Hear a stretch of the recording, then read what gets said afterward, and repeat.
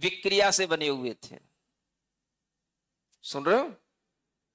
सम्यक दृष्टि जीव ये नहीं देखता कि ये कैसे बने हुए हैं, विक्रिया से बने हुए हैं कि असली हैं कि नकली हैं। ये असली और नकली की पहचान सम्यक दृष्टि जीव भी नहीं कर सकता। ये प्रयोजन रहता है कि हमें मुनि महाराज का दर्शन हो रहा है, ये निर्ग्रंथ लिंग को धारण किए हुए रत्नत्रय की आराधना करने वाली आत्मा है, इसकी सेवा शुश्रूषा जो हमसे बन जाए करके अपने आप को अहोभागी बनाना है, अहो धन्य करके अपने आप को सौभाग्य वर्धक बनाना है। ये विचार होता है सम्यक दृष्टि जीव का। सुन रहे हो? आप ये भी तो सोच सकते हो कि नकली मुनि महाराज की उस असली सम्यक दृष्टि जीव ने क्यों सेवा की? नहीं समझ आया? ये भी तो प्रश्न आ सकता है ना। जो अपने आप में सम्यक दृष्टि होने लग जाता है या भाव करने लग जाता है तो वो क्या कहता है? मैं असली सम्यक दृष्टि जीव हूं, तो मैं असली सम्यक दृष्टि मुनि महाराज को ही आहार दूंगा, मैं केवल उन्हीं को देखूंगा। वो असली सम्यक दृष्टि कहां दिखाई देंगे उसको? कैसे दिखाई देंगे? क्या उनकी परीक्षा का नियम है? आहार चर्या के लिए आ रहे हैं तो क्या और असली और क्या नकली? वो तो कैसे भी हो, तुम्हें देखना है कि तुम असली श्रावक हो कि नकली श्रावक हो। नहीं समझ आया? आप सोचो कि नकली मुनि महाराज के लिए, नकली तो कहा जाएगा ना, बोलो तो, गलत तो नहीं बोल रहा? जिसने विक्रिया से अपना मुनि भेष बनाया तो असली तो नहीं थे ना, वो नकली थे ना। तो नकली मुनि महाराज के माध्यम से भी अपने सम्यक दर्शन की परीक्षा हो सकती है। तो इससे यह संदेश मिलता है कि हमें मुनि महाराज की परीक्षा नहीं लेना, हमें अपने सम्यक दर्शन की परीक्षा लेना कि उनके निमित्त से हमारे अंदर सम्यक दर्शन के कौन कौन से गुण हैं और नहीं है। सुन रहे हो? नहीं सुन रहे हो? आजकल सब उल्टा चल रहा है, सब उल्टा पुल्टा। अपने अंदर सम्यक दर्शन है या नहीं इसकी चिंता न करके देखना क्या है कि वो असली है कि नहीं। समझ आ रहा है? पहले मुनि महाराज की परीक्षा कर ले, फिर बाद में हम आहार देंगे। ऐसा सिखाया भी जाता है और ऐसा लोगों ने किया भी और अतीत में हो भी चुका है। आचार्य शांति सागर जी महाराज जब कटनी गए थे एमपी में, तो उस समय पर पंडित जगन मोहन लाल जी शास्त्री, आप बड़े विद्वान, सबने नाम सुना होगा, तो उन्होंने भी पहले परीक्षा ली थी। पहली बार मुनि महाराज देखने में आ रहे हैं, मुनि महाराज तो होते ही नहीं है, यहां कहां से आ गए? तो परीक्षा लेकर के तब उन्हें स्वीकार किया था, तब उनको आहार दिए और उनकी पारणा कराई। क्योंकि विद्वान होते हैं तो विद्वान पहले इसी तरीके से अपने मन के अंदर ज्ञान रखते हैं, पहले सीख लेते हैं, हमें ये परीक्षा करने को कहा गया, परीक्षा करना है। सुन रहे हो? बोलो तो करो, क्या समझ में आ रहा है? परीक्षा करना, किस चीज की परीक्षा करना? आहार के समय पर आप क्या परीक्षा करोगे? पहले आहार तो दे लो, फिर बाद में परीक्षा कर लेना। आहार देने के बाद में ही पता पड़ जाएगा कि वो बेस असली है कि नकली है, जैसे ये पता पड़ गया। और आहार देने के बाद में अगर नकली भी निकल के आया तो तुम्हारा कोई नुकसान नहीं हुआ। नहीं समझ में आया? क्योंकि हमने तो क्या भाव किया? मुनि धर्म को आगे बढ़ाने के लिए हमने आहार दान देकर के अपना धर्म किया।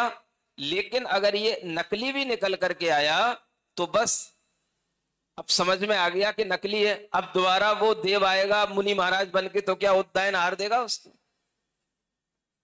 बोलो तो, अब तो नहीं देगा ना, क्योंकि अब वह समझ गया कि हाँ, ये उद्दायन राजा समझ गया कि यह परीक्षा लेने के लिए आया था। उसे पता नहीं था ये परीक्षा लेने के लिए आया है, तो उसे वह असली था। इसी तरह से श्रावक के लिए ये परीक्षा करने की प्रारंभ में आवश्यकता नहीं पड़ती आहार देते समय कि यह असली या नकली। परीक्षा कब हो जाएगी? आहार होने के उपरांत, जब आप बैठोगे, सुनोगे उनके भाव विचारों को, तो उसी से आप असली और नकली की परीक्षा कर लेना। समझ में आ रहा है? फिर अगर नकली समझ में आए तो बस अंतिम नमोस्तु, और असली समझ में आए तो महाराज पुनः दर्शन का लाभ मिले, ऐसी भावना कर लेना। नहीं समझ आया? इससे ज्यादा और क्या कहा जा सकता है? तो कभी कभी श्रावक भी इतना अति कर देता है कि उसे केवल परीक्षा ही परीक्षा दिखाई देती है, और उसे ऐसे उद्दायन राजा जैसे दृष्टांत दिखाई नहीं देते, जहां पर आचार्य समंतभद्र महाराज ऐसे राजाओं के उदाहरण इस निर्विचिक से। सम्यक दर्शन कैसा होता है? एक उदाहरण नहीं है, 8 उदाहरण आपके सामने आएंगे अष्ट अंगों के। उन उदाहरणों से अपने आप को जोड़ जोड़ करके आगे बढ़ाते हुए, अपने अंदर उन गुणों की प्राप्ति करते हुए, उन गुणों की भावना करते हुए अगर आप अपना मानस बनाते चले जाएंगे, तो 8 अंगों का वर्णन सुनने के बाद आप सम्यक दृष्टि बन जाएंगे, अगर करते रहे तो। सुन रहे हो? किससे बनोगे? इन अष्ट अंगों का भाव करने से, इनके जो एग्जाम्पल दिए जा रहे हैं उनमें रमने से। वही आपके लिए साक्षात आपके आइडियल पुरुष होंगे जो यहां पर ये दृष्टांत दिए जा रहे हैं। उन व्यक्ति के व्यक्तित्व में से अपने व्यक्तित्व की तुलना करने से हमारे अंदर सम्यक दर्शन आएगा। सुन रहे हो? समय सार पढ़ने से नहीं आएगा। न समय सार में कोई ऐसे दृष्टांत मिलेंगे जिनको सामने रख करके आप सम्यक दृष्टि बनने का भाव करो। न समय सार पढ़ाने वाले वह विद्वान आपके लिए आदर्श हो सकते हैं जिनके माध्यम से समय सार पढ़ाया तो जा रहा है, लेकिन आदर्श कुछ नहीं है। केवल समय सार पढ़ाया गया है, बस इतना ही आदर्श है। बस ऐसे आदर्शों से आप सम्यक दृष्टि नहीं बन सकते। सम्यक दृष्टि बनने के लिए आपको आचार्य समंतभद्र के यह 8 उदाहरण अपने दिमाग में रखने पड़ेंगे, और इन्हीं 8 उदाहरणों को नई छैडाला में पिरोया गया है मुख्यता से सम्यक दृष्टि बनाए रखने के लिए। क्योंकि सम्यक दृष्टि बनने के लिए इससे बड़ी कोई चीज और समझ में नहीं आती पूरे जिनागम के अंदर। समझ में आ रहा है? जीव जीवादि तत्वों का श्रद्धान करने से सम्यक दर्शन होता है। कितना श्रद्धान है? एक बार सामने तो आओ। श्रद्धान करके बगले झांकते हैं और पीछे से कमेंट्स करते हुए या अपने घर के झोंकर क्या बोलते खिड़कियों से झोंक ढूंढते हुए, उसमें से झोंकते हुए देखते हैं मुनि महाराज चले जा रहे हैं, कहीं हमारा सम्यक दर्शन बिगड़ ना जाए, इनके सामने आके नमोस्तु कर लें। तो ऐसे लोग होते हैं सम्यक दृष्टि। ये सोचने के लिए ही ये दृष्टांत आपको दिए जा रहे हैं। इसलिए जीवादि 7 तत्वों के श्रद्धान से सम्यक दर्शन की बात जिस छैडाला में कही होगी वो आपके लिए उतनी उपयोगी नहीं है जितनी आपके लिए यह रत्नकरण श्रावकाचार और नई छैडाला ये इसीलिए है कि आपको ये समझ में आए कि जो प्रतिष्ठा सम्यक दर्शन की रत्नकरण श्रावकाचार में आचार्य समंतभद्र महाराज ने की है, हम उसी सम्यक दर्शन की बात को आगे बढ़ा रहे हैं इस नई छैडाला के माध्यम से। कोई दूसरा सम्यक दर्शन के लक्षण ना आ जाएं आपके सामने। पहले इसलिए देव शास्त्र गुरु श्रद्धा तो कर लो, गुरु तत्व, इसलिए तीसरा तत्व कहा गया देव शास्त्र गुरु। ये 3 तत्व हैं। 7 तत्वों पर श्रद्धान बाद में, पहले 3 तत्वों पर। तो गुरु पर श्रद्धान करने के लिए ये अंग आया है सामने। सुन रहे हो? कौन सा? निर्वचिकित्सा अंग। इन अंगों में जब पास होंगे, ये 8 अंगों में जब हम निष्णात होंगे, तब हमारे अंदर का वह सम्यक दर्शन, वह दर्शन मौनी कर्म के उपसम 6 उपसम से बनेगा, और तब जाकर के हमें कोई दूसरा समय सार में बताया गया सम्यक दर्शन की हमारे अंदर एक पात्रता बनेगी। वह बहुत बाद की बात है। पहले आपको रत्नकंड श्रावकाचार वाला सम्यक दृष्टि बनना पड़ेगा। जो समय सार वाले सम्यक दृष्टि बनना चाहते हैं, उन्हें तो सब कुछ त्याग करके पहले हमारे चरणों में आना पड़ेगा, यहां बैठना पड़ेगा, तब जाकर के आपको वह समय सार पढ़ने की योग्यता वाला सम्यक दर्शन मिलेगा।